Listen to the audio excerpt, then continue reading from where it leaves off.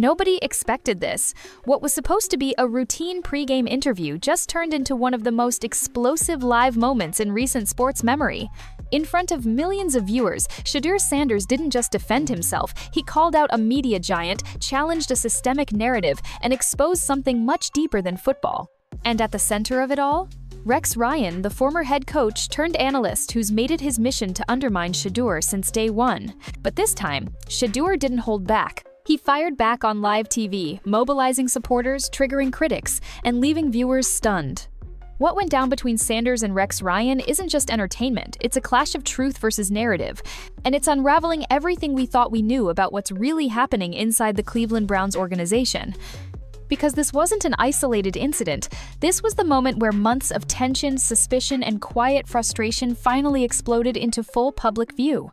And once you understand what led up to this confrontation, you might start to wonder, was this quarterback set up to fail from the very beginning?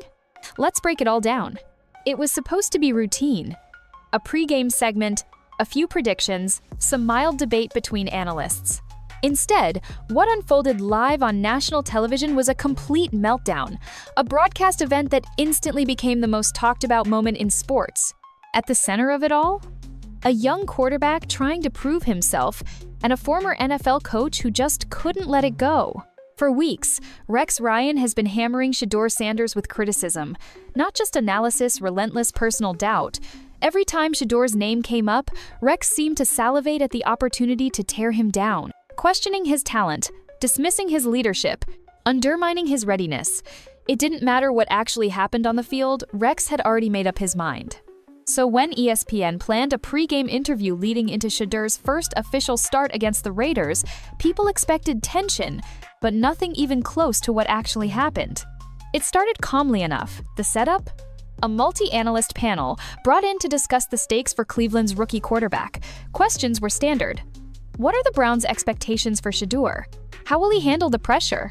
But from the moment Rex took the mic, everyone could feel it. He was about to make this personal. He leaned in, smug and certain. Basically said Shedeur wasn't ready, didn't have the tools, wasn't built for this spotlight. Same song, different verse. But this time, someone pushed back. One of the analysts cut in and completely shifted the tone of the entire conversation. He didn't just defend Shedeur. He spoke with conviction, accused the Browns franchise of failing their rookie QB, questioned whether that Baltimore disaster was truly an accident. And then, the line that flipped the whole panel upside down. Respectfully, I don't give a DM. The air left the room. Even viewers at home could feel the tension spike, because that wasn't just some analyst giving an opinion, that was someone calling out a system, accusing the Browns of not just incompetence, but something worse, deliberate sabotage of their own rookie. That's a heavy claim, and the moment those words left his mouth, Rex Ryan fired right back. "You don't know what you're talking about," Rex shot back. "If he's not ready, he's not ready." But it was too late. The floodgates were open. Another analyst jumped in this time with specifics. He talked about Shedeur being thrown in against Baltimore without first-team reps, without cadence drills, without even basic preparation. "That's not a quarterback failure," he said. "That's an organizational failure." He pointed out how the Browns haven't developed a successful young quarterback in over 2 decades and asked what everyone at home was already thinking. How many times does the system have to break before we stop blaming the players? At this point, Shedeur himself joined the conversation, and this is where things got real. He didn't yell, he didn't snap, he didn't fold.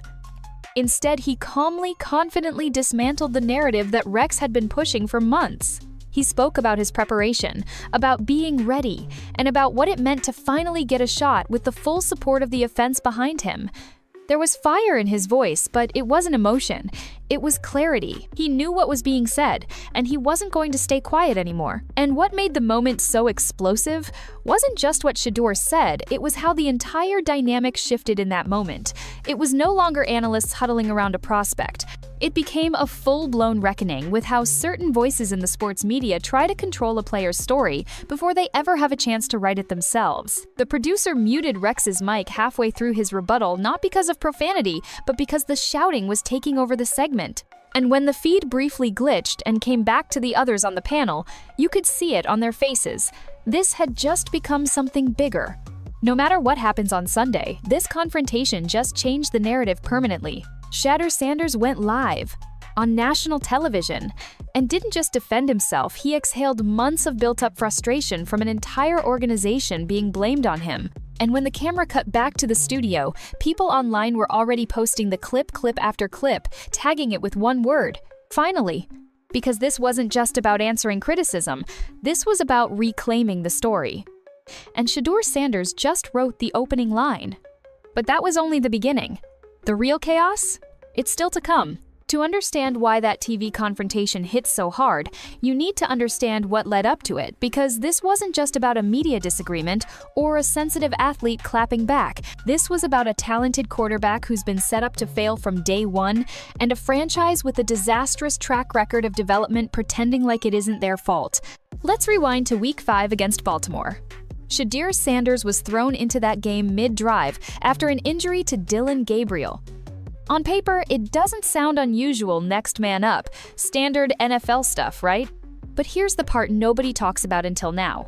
He hadn't taken a single snap with the first-team offense, no chemistry with the receivers, no cadence work with the offensive line, no reps running the plays he was suddenly expected to execute, under pressure, live on national TV against one of the league's better defenses. And somehow, that performance, a few chaotic, unprepared drives, is being used by critics like Rex Ryan to define who Shedeur is as a quarterback? That's not analysis, that's gaslighting.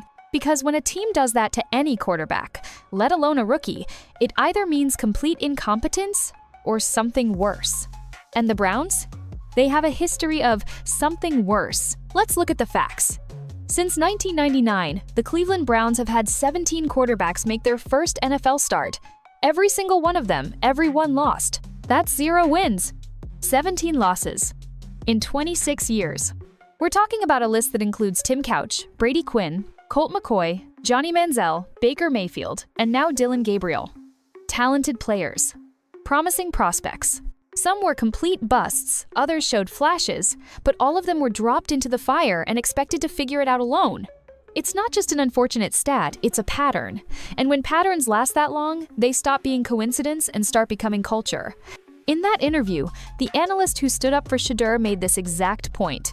He said verbatim, "If 17 quarterbacks struggled in their first games over the span of 2 decades, maybe the problem isn't the quarterback. Maybe it's the organization." And he's not wrong. There's something fundamentally broken in Cleveland. And the worst part? No one with power inside that building ever seems to take ownership of it. So this time, with Shedeur stepping into his first real start against the Raiders, the franchise had an opportunity to do things right, to execute a clean handoff, to build around him, to prepare him like they truly believe in his future. And yet, all the talk all week long wasn't about Shedeur's talent or ceiling. It was about whether he was ready enough, or too confident, or not humble enough. What are we doing here? People forget. This is the same guy who has been on national radar since high school. He's handled expectations before. He played under pressure at Jackson State, then at Colorado with the spotlight burning hot. He's the son of an NFL legend and constantly under a microscope. Yet even with that weight, he's shown poise, leadership, and NFL-level ability. Coaches and teammates close to him describe his football IQ as crazy high. He breaks down coverages in the film room like a veteran. He's not guessing he knows. He studies. He prepares. But none of that seemed to matter when it came time for certain people to shape the public narrative. It was easier to say, he's not ready, than to ask, why wasn't he given the tools to succeed? Let's make one thing clear. This game against the Raiders should have been framed as a fresh start, a clean slate, his first full week of reps, a game plan built for him. Finally, give the kid a chance to breathe, to prove, to compete. Instead, the pressure was turned up to impossible levels. The expectation became, if he doesn't dominate immediately, he's a failure, game over, narrative confirmed.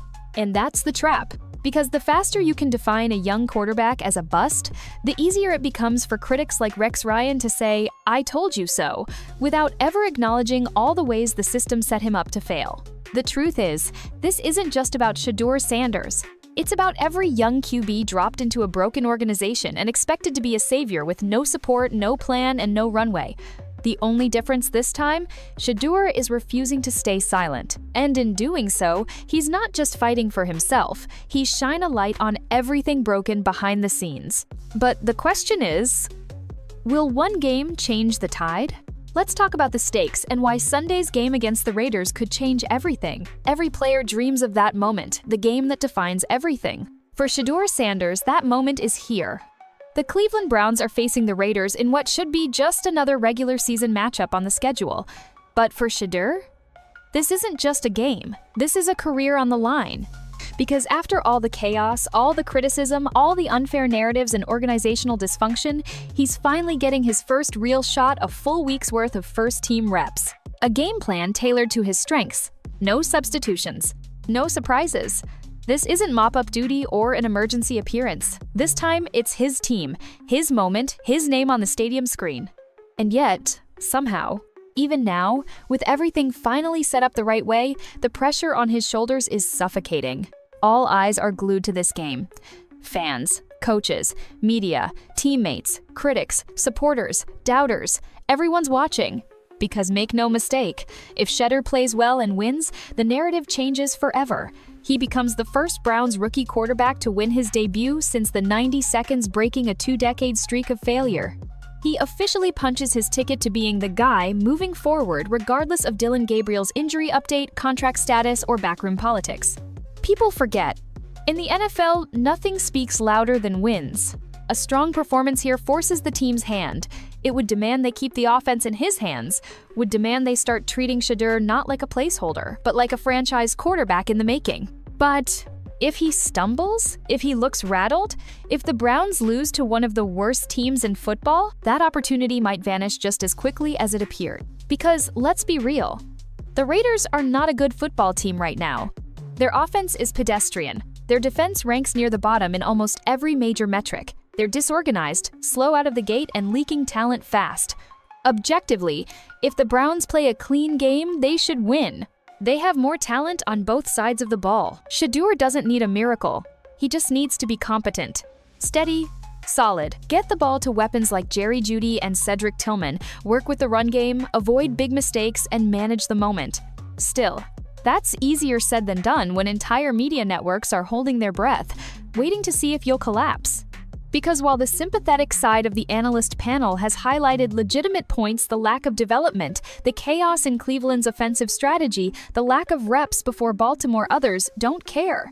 Critics like Rex Ryan are frothing at the mouth to declare him overrated the split second.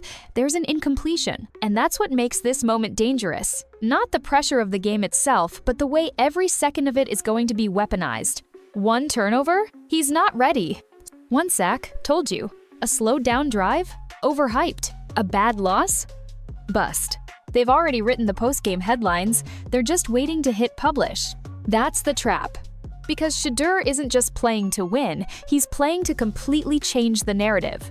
He's in the rare position where one solid performance lights the fire, a comeback narrative, a fan-fueled push to keep him as a starter, maybe even a reevaluation of how rookie QBs of color are disproportionately critiqued and quickly dismissed. And just as importantly, he's playing to silence the people who never wanted to give him a chance in the first place. That includes people inside his own building.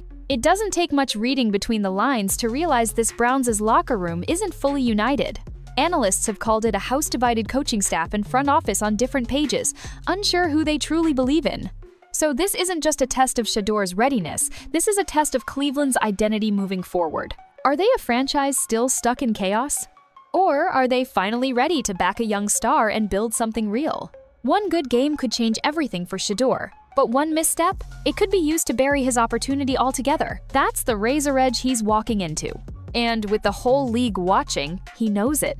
The question is, will the Browns stand with him once they see what he can really do? Or are they just waiting for a reason to move on? He's betting on himself.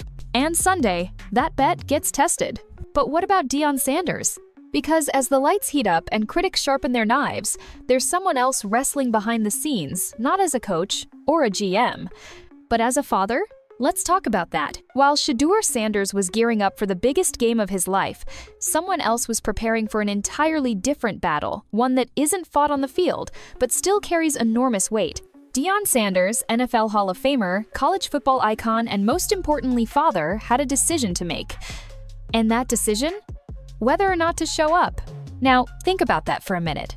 One of the most famous fathers in all of sports had to debate whether being present for his son's most pivotal moment would do more harm than good. Why? Because the moment Deion Sanders enters a stadium, the spotlight shifts. Cameras follow, media shifts focus, narratives explode. It becomes about him, not just his son. That's not because Deion demands attention. It's because reporters, networks, and critics have decided he's a story, no matter what he does. And here's what made the situation so raw. Deion didn't just brush off that concern. He faced it directly, and he acknowledged the real dilemma he's been wrestling with. He told reporters, "I know it could mean something powerful for Shedeur to see me there before that tunnel walk, just to catch a glimpse of his dad. But I also know that when I show up, the media shows up with me. And I don't want this to become about me." Let that sink in. This isn't just a coach trying to protect his brand. This is a father being forced to weigh his love against a tidal wave of media scrutiny, having to question whether his presence, his support, could be twisted into a distraction. It's an impossible position, because either decision brings criticism.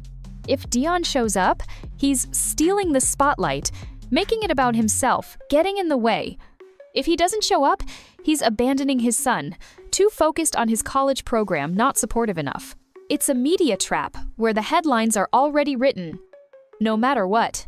And of course, Rex, Ryan, and others were quick to weigh in. They criticized Deion for even debating the issue, with comments implying that maybe Shedeur's challenges are because of the external noise Deion brings to the table. You could almost feel the smirk behind Rex's words, the same tone he's used all season long.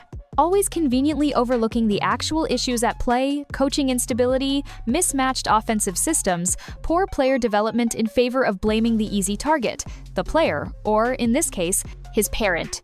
But this time, the pushback came fast. Multiple analysts on that same ESPN panel stepped up and defended Deion in no uncertain terms.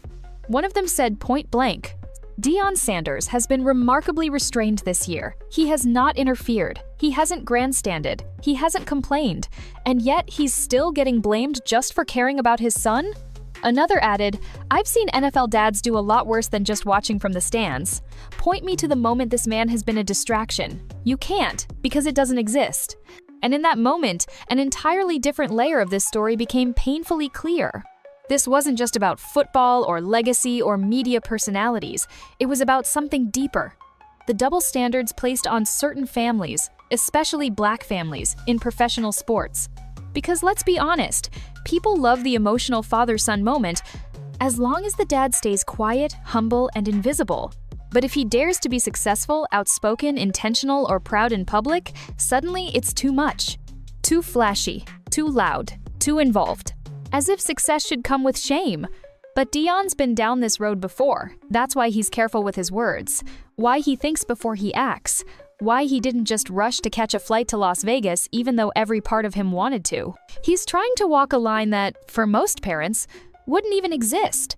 Now imagine being Shedeur, 21 years old, NFL rookie, the weight of a franchise on your back. And your dad, one of the greatest athletes of all time, is staying away from your biggest game for your sake, to avoid giving anyone an excuse to discredit your moment. That's love most people will never understand. And ironically, that sacrifice, the very thing Deion did to make it all less about him, has become another way critics try to make it more about him. But for Shedeur, he doesn't need his dad in the stadium to hear his voice in his head. He's known that voice his whole life. He's been shaped by it, empowered by it, and now he's using that same energy to stand up to people like Rex, Ryan, and everyone else doubting who he is. Because here's what the critics never expected, that this level of support can actually build real strength, not weakness. When you've grown up being told by your own father, "You were built for this, you belong here, you're the one," that confidence doesn't come from arrogance. It comes from repetition, preparation, and love. And that's what makes moments like this so profound. This isn't just about a coach being protective. It's about a father standing behind the scenes, knowing exactly why the world is watching, and choosing to let his son take center stage anyway. What makes this chapter so powerful is that it flips the narrative on its head. Deion's not a distraction. He's the reason Shedeur is still standing. While critics bark from the sidelines, dissecting every motion, every tweet, every decision, this family is locked in on something much bigger. Legacy, growth, respect. So, regardless of what happens on Sunday, know this. Deion has already shown the blueprint for what unconditional support looks like, and Shedeur is carrying that quiet strength with him onto the field, not as a burden but as a shield. And what happens next? Well, the critics have had their say. Now it's the quarterback's turn. For a long time, people brushed off the Browns' problems as bad luck or just Cleveland being Cleveland. A bad draft pick here, a coaching change there, and somehow the story was always the same. The quarterback didn't pan out. But what came out around Shedeur Sanders' first appearance and what was dragged into the light during that heated TV segment completely blew up that lazy explanation. Because this time, the receipts are impossible to ignore. Let's go back to that disastrous Baltimore game, the one critics like Rex Ryan love to use as Exhibit A that Shedeur isn't ready. After the loss, a few Browns offensive linemen spoke to the media. They weren't ranting, they weren't throwing anyone under the bus. They were just being honest. And that honesty was damning. They admitted they didn't know Shedeur's cadence. They said they hadn't taken real practice reps with him. They revealed that when he stepped into that huddle, it was essentially the first time they'd operated together like that in a live situation. Think about what that really means. At the highest level of football on earth, in a league where fractions of a second decide games, your backup quarterback, a top-tier prospect, is stepping onto the field with zero live game chemistry with the men protecting him. That's not unfortunate. That's not just how it goes. That is organizational negligence. And during the interview, one analyst didn't dance around it. He said flat out, "There's no way you send a quarterback out looking that unprepared by accident. No way." Then he dropped the line that froze the whole studio. "I don't think that was an accident." He didn't spell it out, but everyone knew what he was implying. He was hinting at something a lot of fans have quietly suspected, that what happened to Shedeur in Baltimore went beyond incompetence. Now, to be clear, nobody on that panel said, "The Browns tried to sabotage him," as a hard fact. But the suggestion was there, the pattern was there, and the questions are now out in the open. Online, fans have picked it up and run with it. Some say the team brass always wanted Dillon Gabriel to be the guy. Others think the coaches were under pressure to rush Shedeur in without changing the scheme, just to prove a point. Rumors suggest there are deep divides in the building. Coaches versus front office. Old school voices versus new school thinking. People who believe in Shedeur versus people who see him as expendable. Nobody has gone on record to confirm all of that, but there's enough smoke that people are finally asking, what if this isn't just bad management? What if this is intentional resistance to change? Now layer that over the Browns' horrifying stat with young quarterbacks. 0 wins, 17 first-time starters. Since 1999. At some point, that stops being a coincidence and starts becoming the culture of failure. New coach, new GM, new scheme, same result. And yet, guys like Rex Ryan keep pointing at the 18th young quarterback as if he is the story. Not the front office that can't build a stable offense. Not the coaching carousel. Not the endless coordinator changes. Not the lack of continuity, development, or vision. Just the kid under center. That's why the panel got so heated. One side kept hammering the same tired line, "Shedeur's not ready. He looked lost. He needs more time." The other side finally snapped and said, "No, he was made to look lost." You don't send a rookie into live fire without live reps, unless you either don't care or you're trying to prove something. And here's what makes this even more suspicious. The minute things went sideways in Baltimore, the conversation flipped from "we failed him" to "he's not the guy." No accountability, no focus on preparation, no public explanation of why a first-round level talent was treated like an afterthought in practice. Just a narrative pivot fast. And now that the Raiders game is coming, that pivot is under the microscope. Because suddenly, the Browns are doing what they should have done months ago. They're tailoring the game plan to Shedeur. They're giving him first-team reps all week. They're structuring protections and reads to play to his strengths. Quick decisions, timing routes, rollouts, using his calm under pressure. So wait a second. If they can do that now, why didn't they do it before Baltimore? Why was his first taste of NFL action a chaos test instead of a structured opportunity? Those are the questions fans, analysts, and even some players are whispering about. And here's the part that really exposes the deeper issue. When Tom Brady stepped in for Drew Bledsoe back in 2001, the Patriots didn't say, "Let's see if this kid drowns." They shifted everything to support him. Short throws, quick reads, lean on the run game, play defense, Let him grow. That's what smart organizations do. Protect the investment. What the Browns did with Shedeur in Baltimore looked a lot more like a stress experiment than a developmental plan.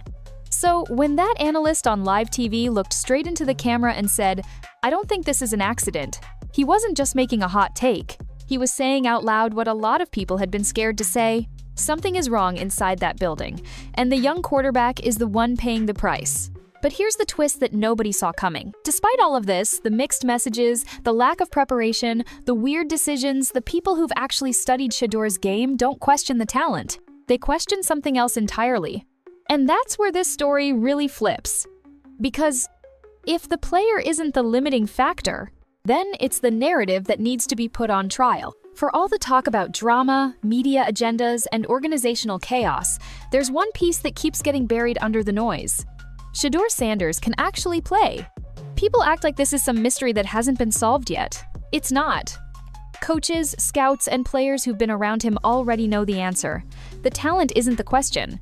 The question is why certain people are working so hard to convince you otherwise. When you strip away the hot takes and look at the football, a different picture appears. You see a quarterback who throws with real touch and velocity. A guy who can fire a deep out across the field, then drop a back shoulder throw in stride on the next play. You see someone who understands leverage, anticipates windows, and doesn't panic when his first read is covered. One analyst on that panel tried to cut through the noise and laid it out clearly. He said Shedeur has legit arm talent, real toughness, and a calm presence you can't teach. That last part matters more than people think, because a lot of quarterbacks look good in a clean pocket. They look sharp in practice. They hit throws in shorts and a t-shirt when no one is hitting them. But what happens when the pocket collapses? When the crowd is roaring? When social media is tearing you apart in real time? That's where Shedeur's supporters say he separates himself. They've seen him get hit hard and bounce right back up. They've seen him take late shots, cheap shots, pressure from defenses, and pressure from the media, and still line up for the next play like nothing happened. He doesn't flinch, he doesn't fold. And if you want proof that his mental game is different, look at what happened the night of that Baltimore mess. While he was out there trying to mount a comeback, thieves were breaking into his home. Reports claim they took over $200,000 worth of property, jewelry, valuables, personal stuff. Most people would be out of their minds after hearing that. Distracted, shaken, furious. Shedeur? He stayed locked into football. He didn't throw it in the team's face, didn't ask out, didn't go to the media whining about how everything was stacked against him. He did what pros are supposed to do: compartmentalize and compete. That's not normal to one-year-old behavior. That's a different level of focus. And yet, somehow, the same people who praise mental toughness in other quarterbacks act like Shedeur doesn't have it. They nitpick his confidence instead. He told reporters this week, "I know I'm the guy. Not, I hope. Not, maybe if things break right. I know." He said that stepping into this Raiders game, anything less than believing he's the franchise guy would be a disservice to himself and the organization. Ask any coach what they want in a quarterback, and they'll tell you. They need someone who truly believes they can win, someone who doesn't blink when the stadium is roaring and everything is on the line, someone who walks into the huddle and the other 10 guys instantly trust. That's what Shedeur is bringing. But instead of celebrating that, critics twist it. They call it arrogance. They call it ego. They call it too much swag. Like believing in yourself is suddenly a negative. Funny how that works. Because when certain other quarterbacks show that kind of self-belief, they're praised as alpha leaders, dogs, killers in the clutch. But when he does it, it becomes another reason to question him. You don't have to look far to see the double standard. And that's what the more balanced analysts were trying to point out on that panel. They weren't begging for people to crown him a star, they were asking for context. You can't ignore the film that shows him making tight window throws. You can't ignore the years of playing under a microscope, from high school to college. You can't ignore the way he's handled pressure that would crack most rookies. This isn't some unknown prospect getting thrown into the fire randomly. This is a guy who has been living with cameras on him since he was a teenager and has consistently met those moments with poise. Does he still have things to learn? Of course. Every young quarterback does. But there's a big difference between needing development and not being capable. Rex Ryan's commentary keeps blurring that line on purpose. He talks about Shedeur like he's some unproven walk-on. He leans into vague ideas like, "He just doesn't look ready to me," while ignoring specific, obvious factors like no first-team reps, no cadence work, a fractured structure around him. Why? Because if he acknowledges all of that, he has to admit the story might not be about the quarterback after all. It might be about an organization that doesn't know how to handle one. So the argument has turned into something bigger than can this kid play? It's turned into, whose version of Shedeur Sanders are you going to believe? The one you see on tape, the talented, composed, high IQ quarterback with real upside? Or the one certain media voices keep trying to sell you unprepared, overhyped, not ready? That's the real clash playing out on your screen. And in that heated interview, when analysts started lining up on different sides of that answer, the energy changed. It stopped being just debate. It became a battle over who gets to control the story. Rex Ryan on one side, doubling down. Shedeur's defenders on the other, finally calling him out. And that's where everything boiled over.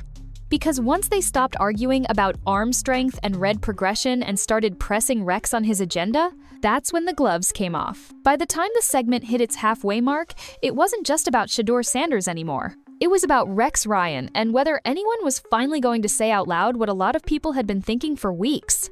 That this wasn't analysis. This was a personal agenda. At first, Rex did what he always does. He leaned on the same talking points he's repeated all season. Shedeur doesn't look ready. He's not processing fast enough. The game is too big for him right now.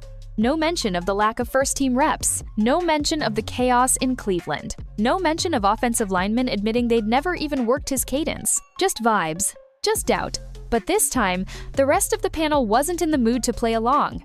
One analyst, the same one who dropped the "respectfully, I don't give a DMN" line, turned directly toward Rex and stopped letting him slide. He said, "You keep saying he's not ready, but you never talk about why he looked that way. You keep skipping over the part where he was sent into that game totally unprepared. That matters." Rex tried to brush it off. "I don't care about excuses," he said. "If you're out there, you've got to be ready. Plain and simple." But the analyst didn't blink. "Ready with what?" he fired back.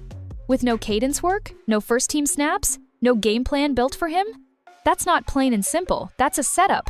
You could feel the temperature in the room spike. Now, Rex was on the defensive, which is not a position he's used to being in on camera. He got sharper, more emotional. "Look, I've coached in this league. I know what it looks like when a kid is ready," he said. He wasn't, that's all I'm saying. But the problem wasn't what he was saying. It was what he kept refusing to say.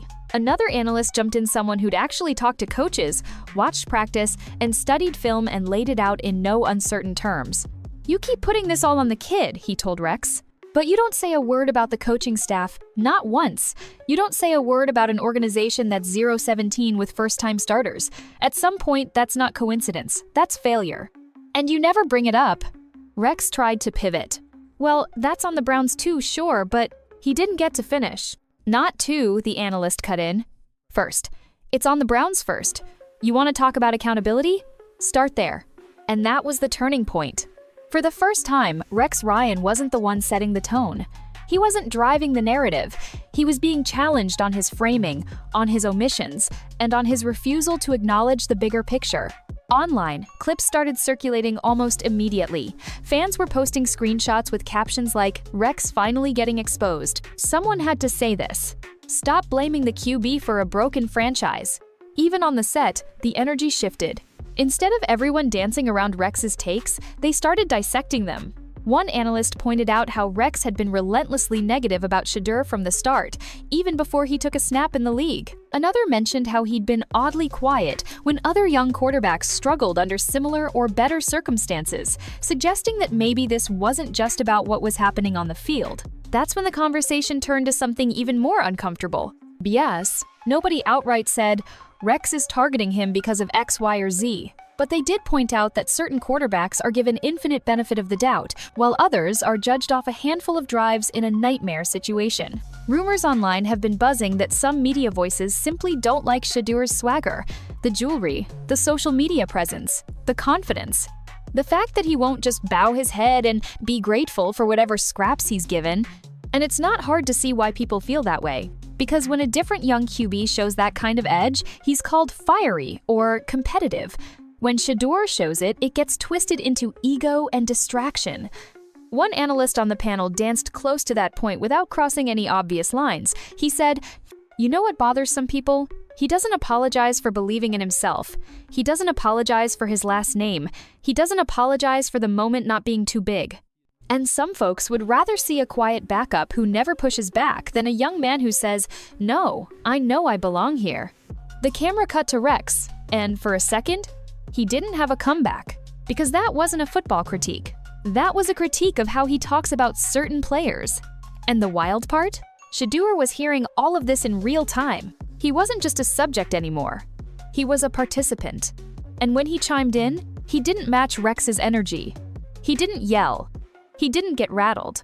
He simply said, "I prepare every week like I'm the starter. I study. I know the game plan. I know what I'm seeing. If I look unprepared, that's not on my work. That's on how I was used." It was calm. It was direct.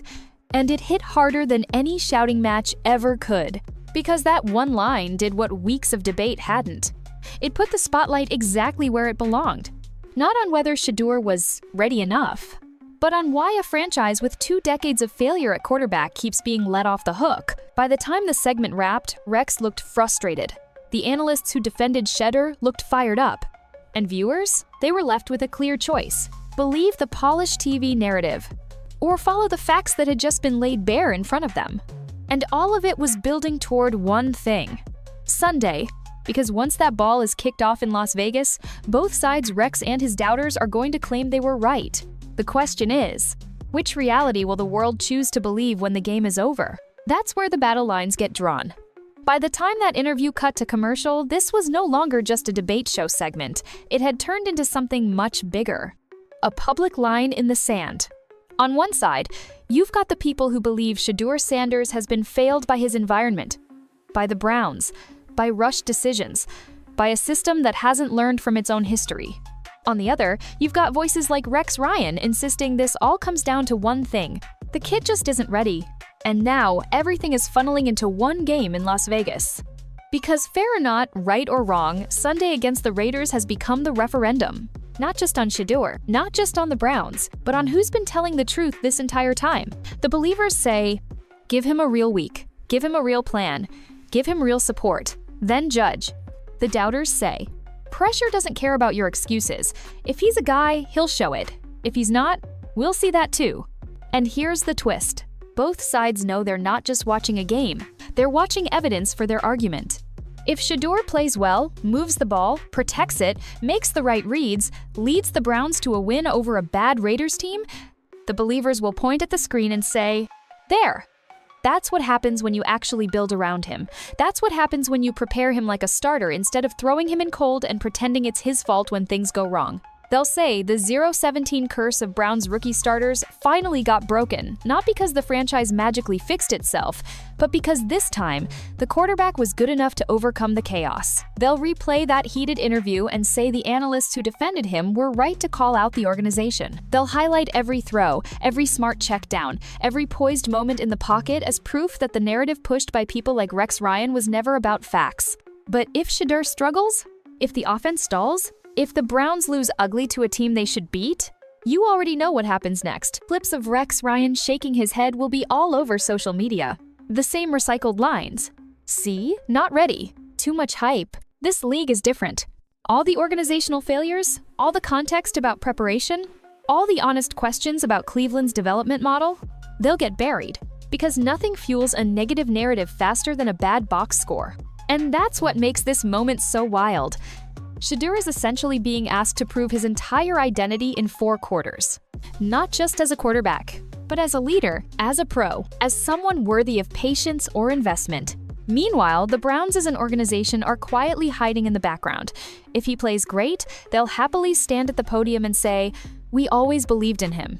If he doesn't, they'll shrug and say, "We gave him his chance." Either way, they escape deeper scrutiny. That's why the voices on that panel were so loud, so emotional.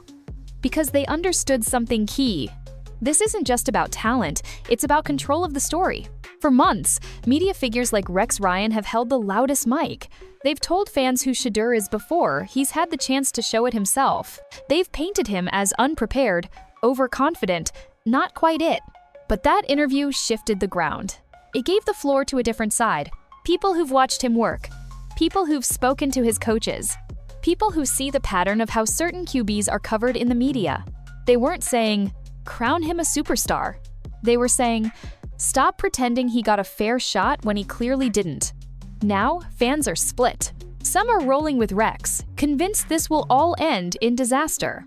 Others are riding with Shedeur, rooting not just for a win, but for vindication for him, for Deion, for everyone who's been calling out what's happening behind the scenes. Social media is already treating Sunday like a verdict day. Team Shedeur versus Team Rex. Blame the system versus blame the QB. Context matters versus production only. And in the middle of all of this noise, there's one person who can't afford to think about any of that. Shedeur Sanders himself. By all accounts from the people around him, he's not spending his time scrolling through the debate. He's in the film room, he's in meetings, he's walking through calls. He's studying the Raiders' fronts, coverage tendencies, pressure looks. Because while everyone else is treating this like a TV show, for him, this is real life. His job, his reputation, his future. The cameras will zoom in on his face during warm-ups. Commentators will speculate on his body language before the first snap. Every throw will be slowed down and dissected from 10 different angles. But none of that will matter as much as one simple question. What does he do when the ball is finally in his hands with a real chance to answer back? Not on a panel, not in an interview, not in a soundbite, on the field. Because talk shows come and go. Narratives rise and fall. But there's one place where no editor, no critic, no former coach can control the story. The scoreboard. And that's where this whole thing is heading. The interview lit the fuse. The arguments drew the battle lines. Now, the only thing left is the game. But win or lose, something already changed the moment that segment aired. People finally saw, in real time, the forces he's been up against all season, not just defensive coordinators, but agendas, egos, and an organization that hasn't always had his back. And that makes the final part of this story even more important. Because no matter what happens on Sunday, one question will still hang in the air. What does this moment mean for Shedeur Sanders going forward? That's where we go next, beyond the scoreboard, into what this really says about the league, the media, and the future of this young quarterback.